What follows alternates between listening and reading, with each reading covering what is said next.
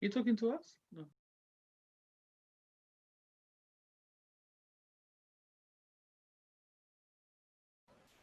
Hi, Yvonne, can you still see me?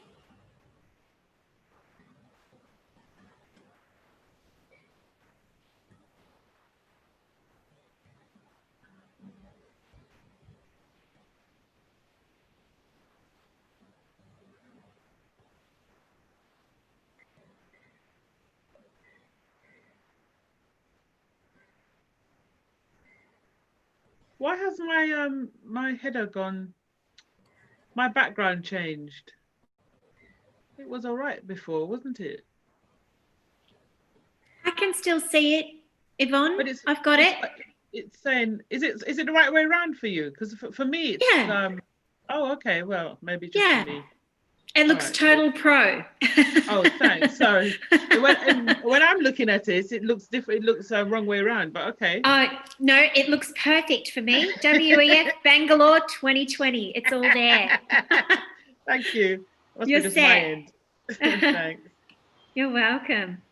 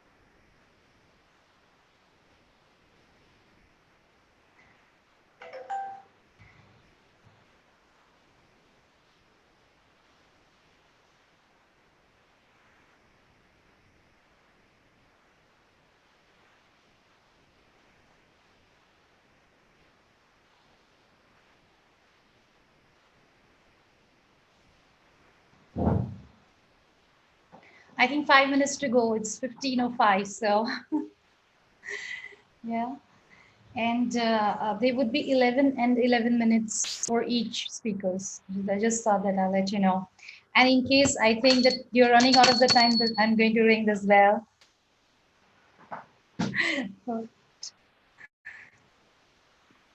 Thank you, Sarita. That's perfect. I don't mind the bell at all.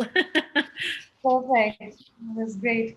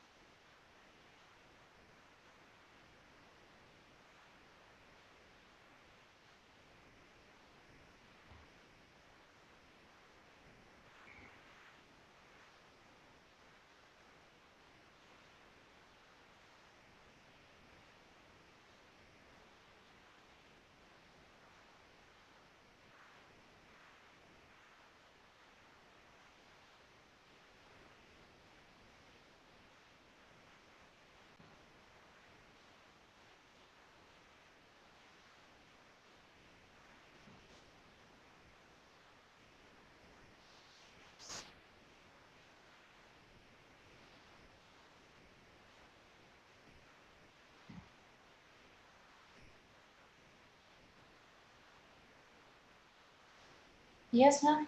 Yeah.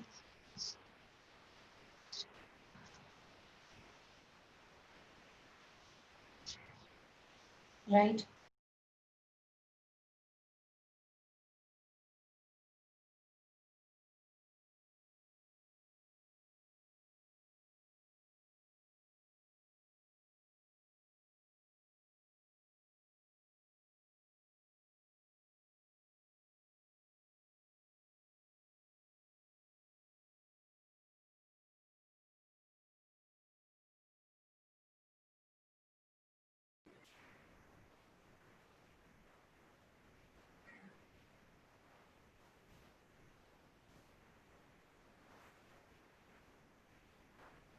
Uh, Hi, Julie. Can you hear me?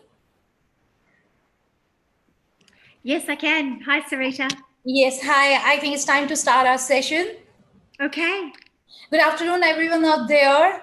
A big welcome to WEF Women Economic Forum 2020. This is the first time we are going online, and this might be one of our biggest online summit ever.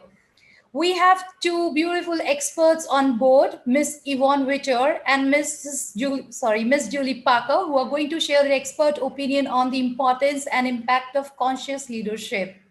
Let me give you a quick introduction of our first speaker, who is a coach, consultant, and a cancer survivor. She's a Southwark Businesswoman of the year 2009. Our second speaker, Ms. Julie Parker, the founder of Beautiful You Coaching Academy, where she passionately trains heart-centered people to become life coaches. She is a great speaker. Let's welcome both these speakers who are going to speak for 11 minutes each, and we will start our session with our first speaker, Ms. Yvonne Witter. Thank you so much, Ms. Yvonne Witter. Now it's over to you.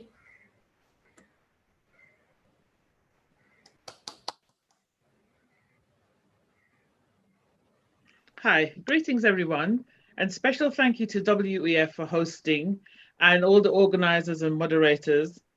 And I have to say, I'm in absolute awe of the technical capabilities of the women who are behind the scenes on this big project. I'm in total awe, it's amazing. So yes, let's 11 minutes can go quite quickly. So let's get on with the importance, the impact of conscious leadership.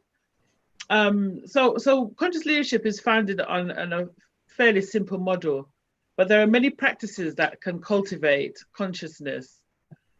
Each one, from cultivating emotional intelligence to speaking candidly to recognizing that the opposite perspective is equally true, offers a new layer of our development. But the first two commitments are arguably the most fundamental and the best starting point for aspiring conscious leaders, people who want to become conscious leaders. So how about we think about taking radical responsibility for our life circumstances? So what if we asked ourselves, what if I am not at the mercy of what's going on in the world, but rather actively creating my own circumstance? You know, asking yourself, how did I create this situation for myself? Especially now in this COVID crisis, it's very easy to feel powerless and at the mercy of politicians, medics, and scientists with no personal agency at all. You know, we can't do anything about it, it's all happening. The second thing is to be curious and, above all else, committed to learning. When we hit a conflict, rather than blaming others, we could reflect on our own part in the conflict. Ask ourselves, what if these feelings of annoyance, anger, and pettiness are simply indicators that I can learn from this situation? You know, things happen at work and become angry, we blame the other person, how awful they are, look what they've done. And we could look at that in a different way. You know, how did we create this situation for ourselves? What part did we play in it? So all of a sudden, every seemingly toxic or negative situation is no longer a barrier, but actually the path to self-awareness and personal development. So we kind of move beyond, you know, right and wrong and judgment. Before I practiced conscious leadership, I would find myself in conflict at work and I would take the problems home. I would toss and turn in bed, not sleeping. Negative thoughts filled my head, and I was full of blame. It was always somebody else's fault, wasn't it? When we're in this mindset, we enter a fog. We're not conscious. We're kind of unconscious and unable to be truly rational. So in order to learn from a situation, we have to be less judgmental. We have to focus on the learning from the situation, an opportunity to learn and grow and practice conscious leadership. Perhaps the greatest insight is that it's not really about being conscious or unconscious, but because being conscious is not really a destination, and we can't sort of move towards being conscious. It's a constant situation of learning, a commitment that we engage in continuously.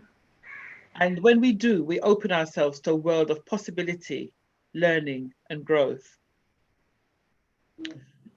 Greatness is not a function of circumstance either. Greatness is a matter of choice. Jim Collins, the author of From Good to Great, and why some companies make the leap and others don't. And then he talks about great leaders like Ron Chouinard of Patagonia and John Mackay of Whole Foods Markets and Tony Heesh of Zappos and so on, and Eric Schmidt of Google. What do they all have in common with the late Anita Roddick of Body Shop? Well, they all made that shift, didn't they? They changed their way of leadership. For them, it wasn't all about the money anymore. They decided to think about the people and the way in which they managed the people and led the people in the company. They realized that sustainable success in today's market is defined by more than short-term profit goals and maximizing shareholder wealth. This is a necessary but sufficient condition to sustainable success in a world that is increasingly becoming sensitive to the negative impacts of producing those profits in the first place. Indeed, it is now a matter of good business for leaders to consider people, profit, and planet as their management imperative. So the shift is even more important today than it has ever been, and yet up to now, few leaders have been able to answer the call. And the ripple effects are huge, the destruction of the planet and so on. So how many companies are still struggling and collapse because of important leadership blind spots that gradually erode opportunities over time? How many companies have failed because their leaders continue to manage in the same way that once made them successful? Many companies are still dominated by numbers, information, and analysis. That makes it much harder to tap into intuition, feelings, and non-linear thinking, the skills that leaders will need to succeed in the future. Leaders really need to get in touch with intuition, feeling, more compassion, more mindfulness, more care, more support to the people. People are the greatest assets in organizations. Without them, it can't function. And people need to be allowed to be their whole selves. They need to bring their whole self to work. And often in the past, historically, people haven't been able to bring their whole selves to work. It's becoming increasingly clear that long-term, a more virtuous pursuit of excellence achieves more in both our personal and professional lives than an unbridled and short-term pursuit of conventional success. As it turns out, maximizing shareholder wealth and profit maximization are not the dominant driving forces in most long-lasting, financially successful companies.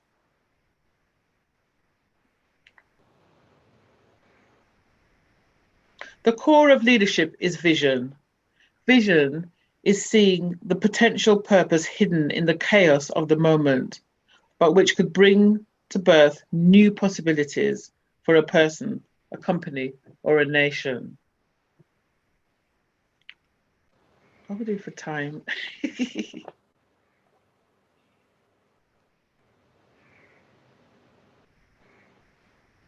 So the conscious leader shows genuine responsibility, integrity, humility, honest communication, win-win negotiation skills, outstanding ability to collaborate with others, greater self-awareness, and high levels of emotional mastery.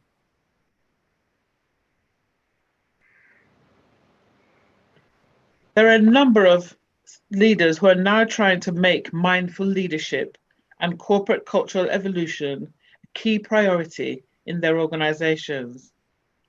For example, to sharpen their performance, Google and General Mills have created an in-house program in meditation and mindfulness.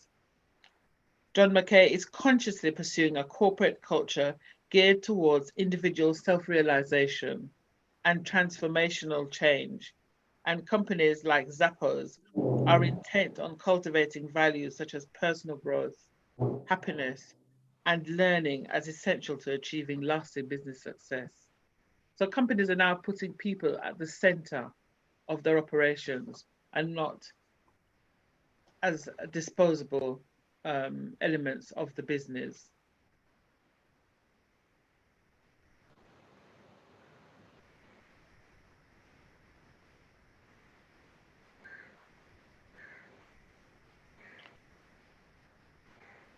Coaching plays a huge role in this kind of change. Anyone who manages people has leadership responsibility, whether they're aware of it or not. Leadership is simply put the way in which a manager manages. An increasing wealth of research shows that the best managers are also great leaders. Therein lies the development opportunity to populate the organization with great leaders, as some top leaders have already urged. So coaching is a key to developing leadership skills and supporting people who manage people to be great leaders. Thank you.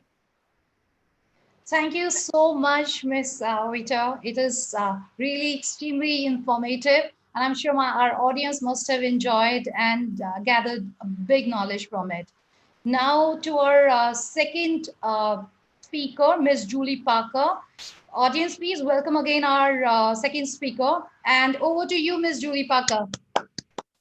Thank you so much, Sarita, and to the Women's Economic Forum for having me here today. And Yvonne, there's some big shoes to fill there. And my heart is really swelling, actually, because in following you and speaking about conscious leadership, there are so many things that you mentioned there that I'm on board with and very, very much believe in as well. What I'm choosing to focus on, everyone, today is actually really taking us back to basics around what it is that conscious leadership is and the impact that I believe that it can have on the planet, and in particular, the role that I think women play as conscious leaders. I know that there are a lot of women that will be listening in right now, and I hope that this is something that really helps to make you consider the conscious, aware, and incredibly inspirational leader that lives inside all of us. That includes you too. So let's talk about the basics of conscious leadership. Well, to me, conscious leadership begins with awareness, and in particular, awareness of your whole self. We've been sold and told for a very long time now a kind of very narrow and particular, often very masculine version of leadership that only allows us to think about bringing one or two, maybe a couple more aspects of ourselves to the table as leaders. And there are other parts of us that it kind of pushes, oh no, we don't bring that to work, or we don't bring that into our business. That's private, that's separate. But in fact, conscious leadership is about looking at our whole self and what we can learn from that, our shadow side and our light side, our good stuff, our not so good stuff, and how we can learn from those things to bring them into ourselves as leaders and in leadership positions. And so this then follows on to the fact that I believe conscious leadership is also very steeped in authenticity. This is where we allow our truest and most vulnerable self to come forth as a leader, to understand that We cry, we get upset, we have feelings, we have emotions, and that they shouldn't be compartmentalized and shut away from our work. They should, in fact, be embraced and brought into all of our workplaces and businesses and skills and presence as a leader. I want my team to see me as a real human being. You know, I don't want them to put me on a pedestal and think that I'm the only one that has the answers, or that I would never get angry or upset or frustrated about something. I want them to know that I feel those things too. One of my most favourite things about conscious leadership is that it is expansive. This is really one of the things I love about it. And Yvonne alluded and spoke to this in her presentation as well. Conscious leadership is so much more than just a to-do list or a target or profits. It is about seeing the much greater, bigger picture of what a team, what your people, even what you as somebody that is leading yourself is trying to do. It asks us to deepen into our hearts. It asks us to expand our minds and creative thinking so we can really see the bigger picture of what it is that we're trying to achieve through our leadership. Conscious leadership is also, this is a little bit controversial, this next two, but I'm throwing them in there because I think everyone can take it. It's soulful. I really believe that conscious leaders are soulful. They lean into their intuition and their spirit. And this is something that I think women are extraordinary at. We have innate spiritual and intuitive abilities. All of us do. How much we choose to tap into them, of course, is up to us, but they are inherent inside all of us. For thousands of years now, the patriarchy has kind of suppressed that thing within us and said, no, you must follow the numbers. It's black and white. It's only what's written. It's this way. But that intuitive gut feel, that heart feel that we have inside ourselves that so often guides us as mothers, as parents, as sisters, as daughters, can be brought into our leadership and workplaces as well to incredible impact. And that's one of the things I think conscious leadership does very well. That then also leads me to believe that conscious leadership is actually very sacred. It is a sacred undertaking in life because it deeply considers impact and legacy and sanctity of life. Great conscious and sacred leaders deeply consider their impact on other people, the planet, and everything that they touch. How is everything that you touch, that I touch, that we touch in our work going to create something that is better than we found it? This is at the heart of what conscious leadership is all about. And as Yvonne has spoken about before as well, conscious leadership is deeply, deeply people-focused, not target-focused, not profit-focused, not outcome-focused. It is people-focused first. It's holistic, it's heart-centered, and it's giving. And the three major impacts that I then see conscious leadership having on the world is that this is when people get seen in their fullness. They get seen in their wholeness, and this makes them better team members, but even more importantly than that, they then become better leaders themselves. Great conscious leaders create great conscious leaders. They don't just take things for themselves. This is the way it's done. It's my way or the highway. They create leaders that rise up themselves. The next thing that great conscious leaders will contribute to collectively as a whole is where all of our businesses, our corporations, our governments, our teams create positive outcomes for everybody. In particular, may I say, those who are most marginalised, those who have the least capacity to be able to really move beyond the many layers of systemic oppressions that they might be experiencing in life. Conscious leaders are absolutely apparent and across that, and looking for ways and solutions that don't tell people what to do in those situations, but instead raise them up so they become absolutely their own voice.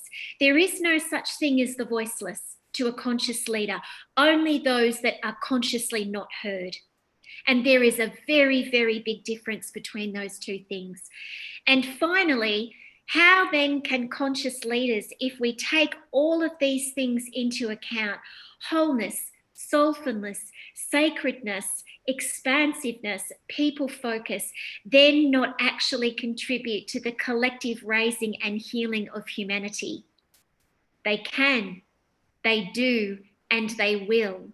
And so my big question to you today, everyone listening, is if you have recognized even a small part of yourself in any of those values of conscious leadership that I've spoken about, that means that either a blossoming or fully blown or still on the path conscious leader exists inside of you. And I just want to encourage you and let you know that the world needs you more now than it ever has. So don't stop walking the path. Keep going. Keep leading into your sacredness, your spirit, your intuition, and your own wholeness, and you'll then inspire so many other people to do the same. Thank you so much. Thank you so much, Julie. I must say, what a realistic approach you have got into this topic. Also, I really love the way you have ended the session with an open question. I'm sure our audience would have loved hearing you and Miss Yvonne. So thank you so much, both of you, once again for this informative and enlightening session. And now, on behalf of WEF, I would like to announce the awards to both of you. So first, to Miss Yvonne Witter, I would like to award you as the iconic woman who's creating a better world for all. And to you, Miss Julie. Yeah, first we should applause. Yay. And now the award for Miss Julie as the iconic woman creating a better world for all. Thank you so much.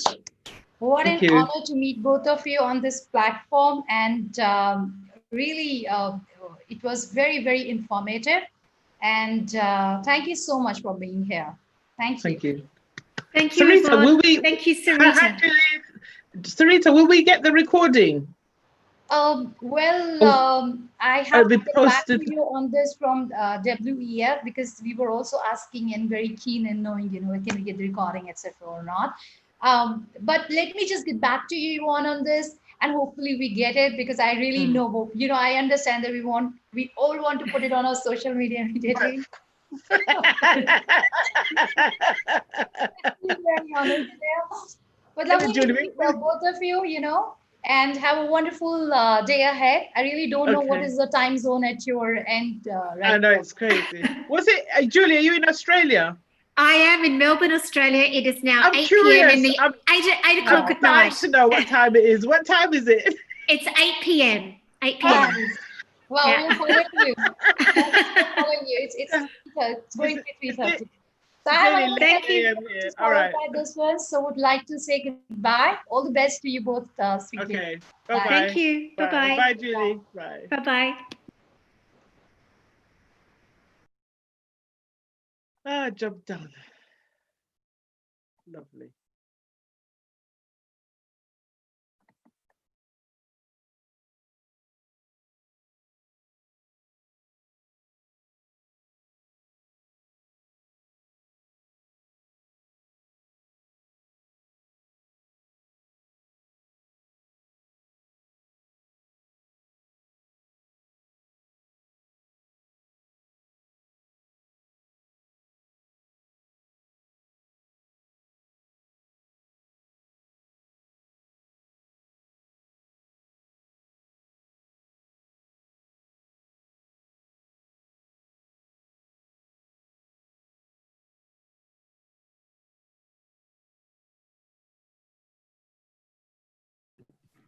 Hi, Jeanette.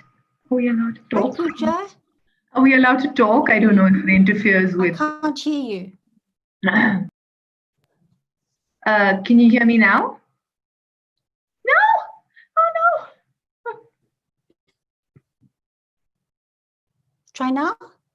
Yeah, try. Does it help now? Can you hear me now? Okay, I was a little worried if I had.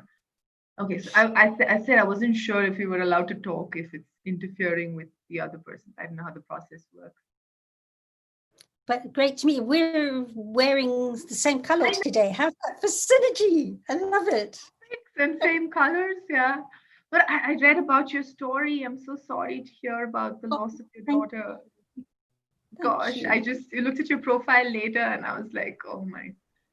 But we'll connect. Yeah, it was quite a journey, and yet now I Yeah. can tell you it was my greatest life gift. Oh wow. But not then. Not then. It was a Yeah. big journey before I could get there. Yeah.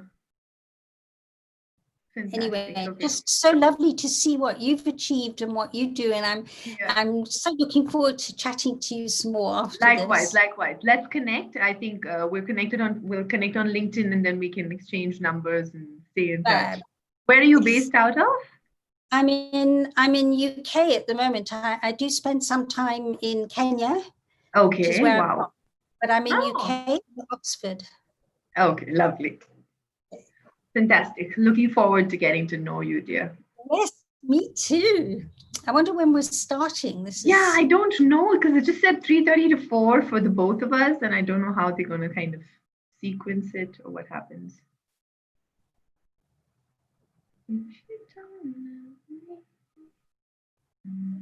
I like the singing. I just have this unconscious habit that I can start singing at the drop of a hat. The bestest. What a wonderful way to So I ground. lived in Nigeria for a few years, but back in the day, like when I was young. I saw that in your profile. Okay, so funnily enough, I just checked the YouTube live stream and we're live having this conversation. I'm not sure. Well, maybe you should start and then I'll follow. I can only think that's it. Okay, so, but are we talking to someone? I don't know. Is the host? Let's start off. Hello, everybody. Okay. This is all new to everybody. I think this is the first time we've gone viral like this. So welcome, everybody. And Pooja, you're on first, and looking forward so much to hearing what you have to say. Thank you so much. Absolutely. Really looking forward to listening to your story too. Could the host just respond? Should we begin? Sarita. I think, are we still waiting for the moderator or should we get started? She's coming. Here's Sarita coming now. Okay, that's now. Sarita. Okay, great.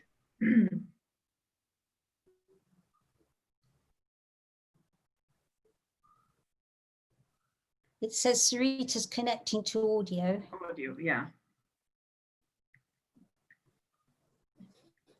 Such a coincidence that we're wearing the same color. I just love it. I love it when that happens. And even there's blue in my curtains. Can you see that? Yeah. And then there's black in your sofa, and then I have that back. Hi, Sarita. Hello there. How are you, Zinita? And how are you, Pooja? Hi, Sarita. Nice to meet you. Lovely meeting you. I'm so sorry. Actually, I was in another session, and I think it took some time. So no problem. We weren't too sure what to do or how to get started, so we were just kind of waiting. So, yeah. Okay. So, so you're going to do an introduction, and then we start talking. How does it work? Yes, definitely. So I think, Pooja, you are the first speaker over here, right? Okay, great. Yeah. So again, getting back to the audience, again, welcome to the WEF 2020. And today's topic is mentoring your teens. So we have invited two very renowned speakers, Ms. Pooja Iyer and Ms. Zinita. So our first speaker is going to be Ms. Pooja Iyer, who is a motivational speaker and entrepreneur, and he believes in understanding, identifying, investing, and capitalizing on your strength is a game changer that will take you to the pinnacle of success. So please welcome Pooja Iyer, and over to you, Pooja, now. Thank you so much, Sarita. Lovely to be here today. So I still remember, when I was about 8 months pregnant, just sitting by the window, looking out into the sunset and trying to imagine how it would actually feel when I'd hold my baby in my arms. And, even before my child was born, there was such an overwhelming feeling of love and connection with that tiny human being growing inside of me. And finally, it was time, and that little baby was in my arms. And on that day, it was not just that my baby was born, a mother was born too. And my life changed forever. And I'm sure that's the case with all of us, right? I think with any other role that we play in our lives, there are pockets of activity and inactivity.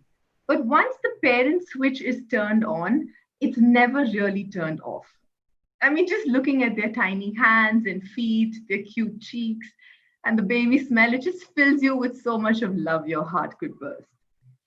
And you're pretty much the center of that baby's universe, right? Because that little baby can't do anything without you.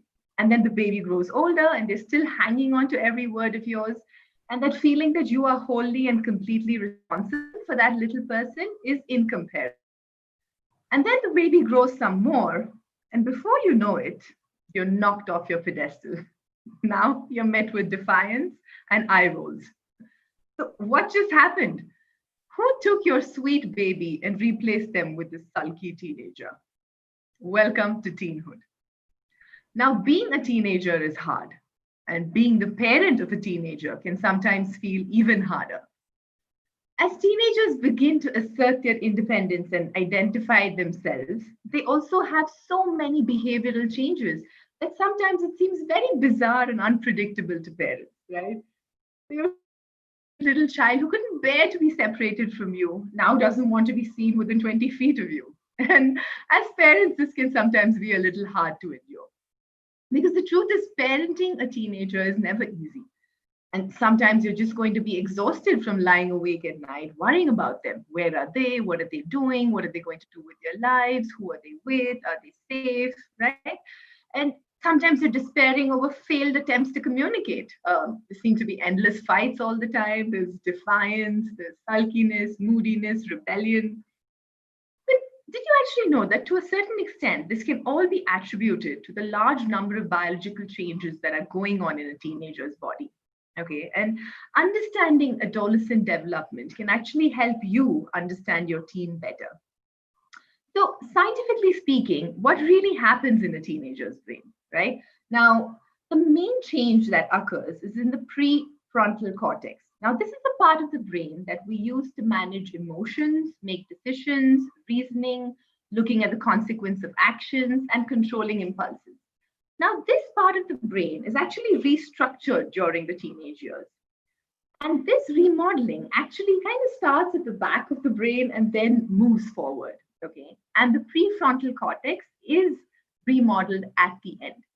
Now, because this is still developing, teenagers rely on a part of the brain called the amygdala to make decisions and solve problems. But the amygdala is actually associated with strong emotions, impulses, aggression, and instinctive behavior. And hence, we also see that teenagers' responses are also a lot more pronounced. So while sometimes your child is, behaving so well and being so mature, there are other times when they feel really impulsive, right?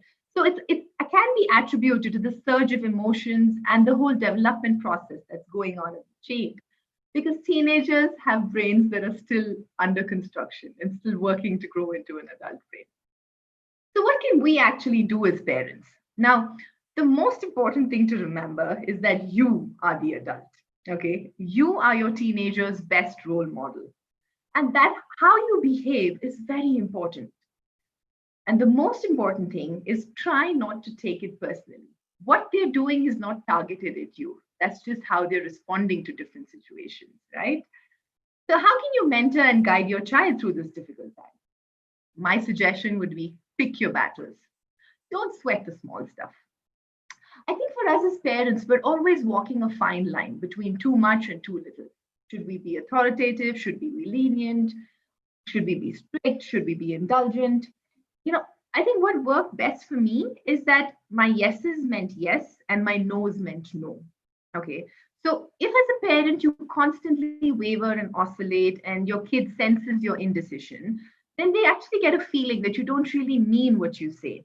And then they can try to kind of, throw a temper tantrum to get away with whatever it is that they want to do.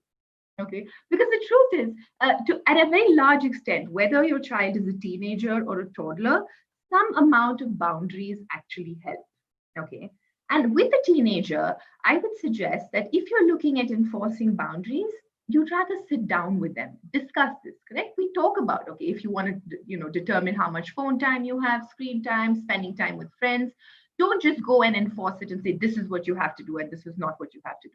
Sit down and have a discussion. Your child is growing into an incredibly sensitive, intelligent adult also. So he or she is also capable of participating in this discussion. Okay.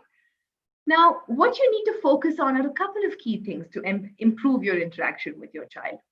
Focus on effort and progress, not just performance.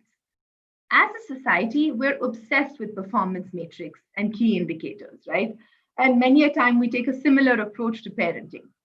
Now, most of the parents that I work with, correct, they monitor their teenagers' performance very closely, even more so than they monitor their own bank account. Yeah, they're tracking how the teenagers are doing, what are their activities, how they're performing. But when parents sometimes overemphasize performance, teenagers begin to think that only the outcome matters and not the process. But the truth is that parents have to help teenagers understand that life is actually a continuous journey of learning, of improving, of developing, right? Results are very important, but the growth process during that is also very important. And for children or teenagers who believe that only the outcome matters, should they not succeed for some reason, their self-worth gets affected, right? Because they feel that if they don't do well, then they haven't succeeded, they're failures, right? So they become disillusioned and they become unmotivated. So acknowledge the effort that your teenager is putting in. The outcome, yes, of course, is there, but acknowledge the effort going in. And another thing I would like to share is involve your teenager in the process. Okay. Many teenagers feel like their opinions don't matter because the parents often end up making the major decisions on their behalf. Now, while you're trying to solve an issue, it's really okay to go up to your teenager and say, okay, what do you think about this, right? How can we address this, right? And even if you don't use that exact phrase, try to think of ways you can involve your teenager. By doing so, you're going to show them that their thoughts and opinions actually matter, right? Now, for instance, some kids may have trouble completing their homework on time. And in response, a parent's natural thing is to kind of scold them or nag them. But maybe impose a ban on watching television or screen time or phone time.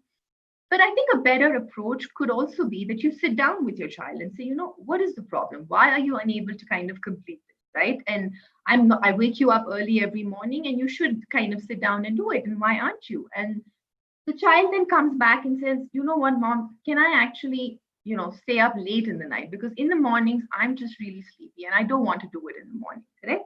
So then when the child was kind of given the option to switch and kind of stay up late a little longer to finish it, the results were a lot better. So sometimes when you involve the child in the decision-making process, the results are actually better. And for me too, so I am a career advisor and I run a company called Aspire, and I work with a large number of students to provide them with career guidance. Now, when students come to me too, it's not that I'm going to say, okay, this is what you need to do or that's what you need to do. See, children nowadays like to take decisions on their own, and they're also growing into adults. They're very capable of taking decisions on their own, correct?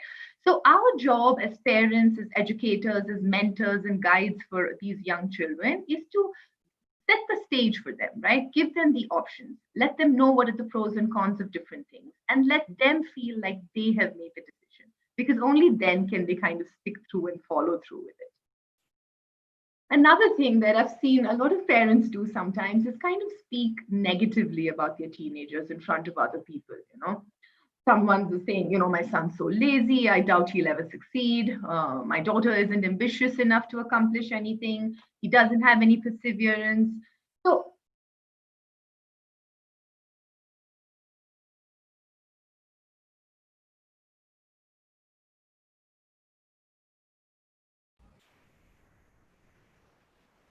Sarita, I think I was just muted. Was that? No, Pooja, please clear. Okay. Yeah, I can hear you now. Yeah. Okay, great. Yeah. So so rather than saying things to motivate us, sometimes when parents are talking to others, they unconsciously say negative things about their teenagers. And when the teenagers hear this, they kind of imbibe that, unfortunately, because they have a strange way of becoming the kind of person that parents view them as, right? And it's okay to kind of allow your teenagers to make mistakes. Let them experience some discomfort. Our natural tendency as a parent is to be protective, to want to kind of safeguard them from whatever they're facing, right? But none of us are perfect, right? A teenager can't be perfect. You and I are not perfect, okay?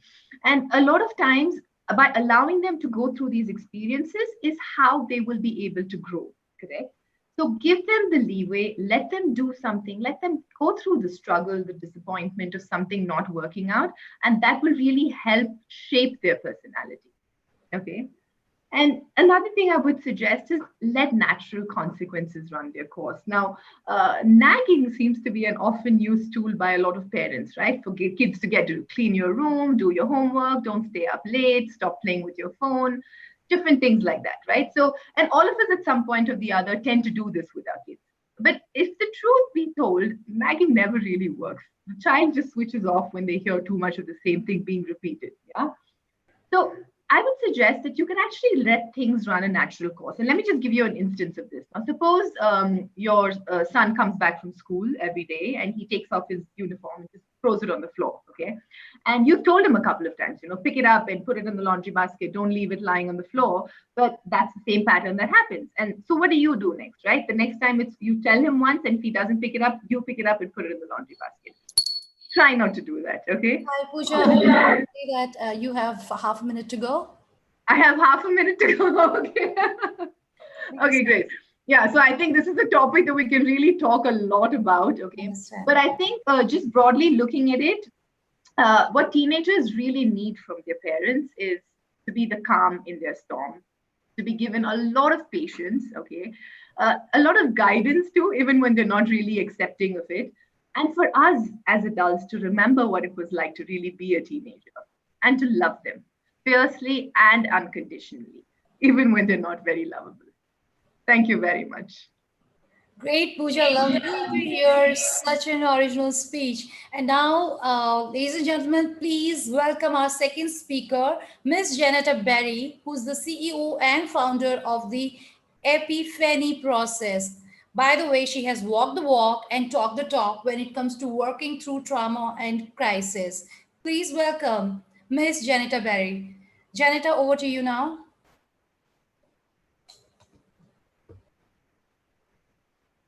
Janetta, you're on mute. We can't hear you. Okay, hold on a moment. Okay. Yeah, we can hear you now, Janetta. Please go ahead. You have 11 minutes to go. Thank you. Hi, everyone. I'd like to introduce you to a family you probably may have heard of. Let's call them Martin and Nicole, and their teenager children, let's say they're Colin and Jenna. And they're a family that's renowned in their community as being a loving family. They're very popular, they're great communicators, they're fun to be with, they're interesting people, and they're noted for doing things well, most things well. And they really, both of them, Martin and Nicole, have made sure that their children don't want for much, that there is always a support, that there's always enough for everything, even to being able to attend private or public schools, and they've really been destined for a bright and successful future. But one day, a few months ago, 13-year-old Jenna approached Nicole and announced that she was feeling anxious and depressed, and that she had felt like this for most of her life. Well, you can imagine what that did for Nicole. It blindsided her. It felt like somebody had stabbed a knife into her and turned it, because both she and everybody around saw Jenna as a happy, smiling child. I mean, okay, sure, there were times when they as a family had to work through some rough patches. This is not saying they were the perfect family that got nothing wrong. She was aware of that, but never did she ever think that this could happen to her. Because in her opinion, this sort of thing happened to other families and she never dreamed it would be their family dealing with this right now. They prided themselves as being model parents, doing their best to make sure that their children's upbringing was supportive, attending concerts and sports events, and ensuring that any particular talent was uniquely embraced with much confidence. So Nicole and Martin obviously quickly actioned and tried to find help for Jenna. But it appeared that the more they tried to help with the various therapies and methods, the more Jenna started to shut down. And then one day, Jenna dropped an even bigger secret bombshell. She was complaining of a sore throat and not able to eat or swallow. So they took her off to the doctor, who looked down her throat. And then he very seriously sat Jenna down and said to her, the cause of the inflammation, the burning and the scarring in her throat was indicative that she was making herself sick. And it was then that Jenna admitted that she was bulimic. And the thing is that once her secret was out, Jenna just spiraled downhill battling, because one of the things she realized was that she'd lost power, that having this secret happening gave her power. It was the one thing she could control and do perfectly without interference from others. Made her feel really whole and solid. So instead, she resorted to staying in bed and hardly eating or showering. In fact, she felt like she was in a dark black hole, rather like serving an emotional prison sentence. And she just couldn't understand how nothing was helping her. It felt like it was helpless and hopeless because everything she tried just wasn't working. She was just stuck there. For Martin and Nicole, it felt like they were dealing with a never-ending nightmare. You can imagine they tried to get her to eat and occasionally shower. And Jenna was not wanting to see anyone. She'd locked herself away in her room with the bed sheets over her head. And in fact, they had now come to the point of dealing with the possibility that they might even lose Jenna. My name's Janetta Barry. And after the death of my 16-year-old daughter, as Sarita was saying, I've walked the walk and talked the talk, overcoming my greatest loss.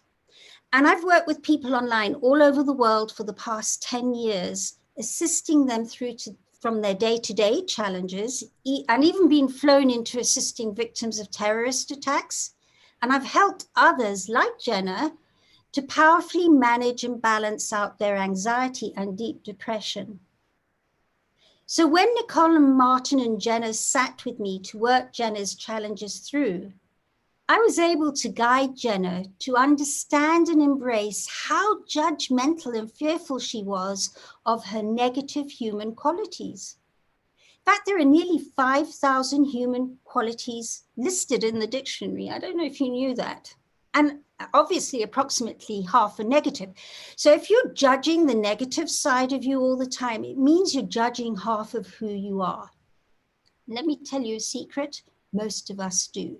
So I began to take the first 3 initial steps. There are many others, but these are the first 3 steps with Jenna, which enabled her to take the distraction of extreme and overwhelming thoughts and feelings, which were keeping her locked in a particular limiting story or even stories.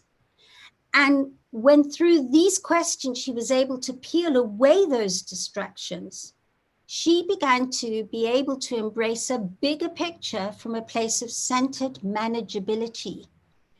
And to do this, the first step took her to identifying the exact negative qualities and happenings that she most despised. And then step 2 took her to understand that as much as they didn't serve being negative, she began to see where these negative qualities and situations had given her skills, techniques, new experiences, and unique exposure. And step 3 took her to being able to list and understand that amount of gain in the negative, and that there was loss in the negative, but there was equal amount of gain, and at the same time list the equal amount of loss in the positive qualities she displayed and the circumstances as there were gains in experiencing them. Martin and Nicole then processed in the same way, and within half-hour sessions, all 3 were finding that they were able to hold spontaneous, non-judgmental conversations with each other and the people around them. It's an amazing thing to watch. It's why we call it the epiphany process, because they literally have an epiphany moment through doing this. I've had clients come back to me after one session saying, I can't believe this, Janetta. I hate my great Uncle Johnny. If I've said 2 words to him in my whole lifetime, it's a lot. And this week, I had a half-an-hour conversation speaking from my heart without judgment or fear, just speaking my truth. And you see what many teens battle with in this day and age, in an age where everybody's online and everything is transparent and questionable.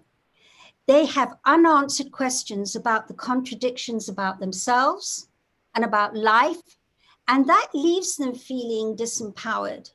And sometimes silently, most of the time they'll put on a brave face. So it leaves them disempowered. And within that dissonant information overload, when they question things, they feel they're not being listened to or not heard or understood. The levels of authentic conversations that they talk about, being able to talk with each other and other circumstances, now that they have processed this, has assisted Jenna and her family to feel authentically listened to and heard in new powerful ways. And Jenna too has found that she now has the tools to listen to hear, and to understand others without that extreme judgment and fear attached to that whole conversation. It's very powerful. And so when these empowering new tools and skills are in place, then mentoring of our teens redirects us and then into a journey and feeling like a feeling of acceptance, appreciation, and spontaneous love for all that equally endorses and challenges them. So, if you're presently dealing with the challenges of a teen, or if you're a teenager listening today, I would love to start with holding a new, authentic conversation with you. Lots of love. What a lovely speech, Janetta. I am so sure that anybody who's listening to you out there must have felt, at some point of time very emotional and must have related to their own incidents or circumstances happening in their own teen lives. Now, once again, thank you so much, both of you, for such a wonderful and enlightening session. I'm sure once again that our viewer must have enjoyed it. So here is the time now to award to both of you beautiful ladies. So on behalf of WEF, I would like to announce the award as the iconic woman creating a better world for all to Miss Pooja Iyer. Oh, wow. Thank you so much. Really appreciate it. You're most welcome. Thank you so much. What a moment it is. But I swear, very, very nice. Thank you so much. Completely unexpected, but thank you. Thank you so much. Okay. No, it's really an honor to have you as well as Ms. Janetta. Now is the time for Ms. Janetta. Ms. Janetta, again, on behalf of WEF, I would like to announce the award again. It's the same award, in fact, as the iconic woman creating a better world for all to Ms. Janetta Berry. Yay. Thank you. Fantastic. Thank you so much. Such an honor and an inspiration to be with you all here today and to share and hear other people's presentations. So thank you for having me. Thank you so much for being here. it's really incredible. I mean, I'm so happy myself to be a part of this platform where where you're meeting people from all over the globe, and it's incredible, and Absolutely. learning and attending It's all a this fantastic informative platform. session. Literally, like, like they're talking about reaching across borders and interacting with people from around the world. It's a heartening experience. Amazing. I'm sure. I'm sure. Thank you so much, Sarita. I look forward to meeting you again. And Pooja, you and I are going to have lots of conversations Yes, together. yes, absolutely. Thank you once again, Sarita. Thank you, Thank WEF. you, Janita, and all the very Bye-bye. best. Thank you. Okay, bye. Thank you. Bye-bye.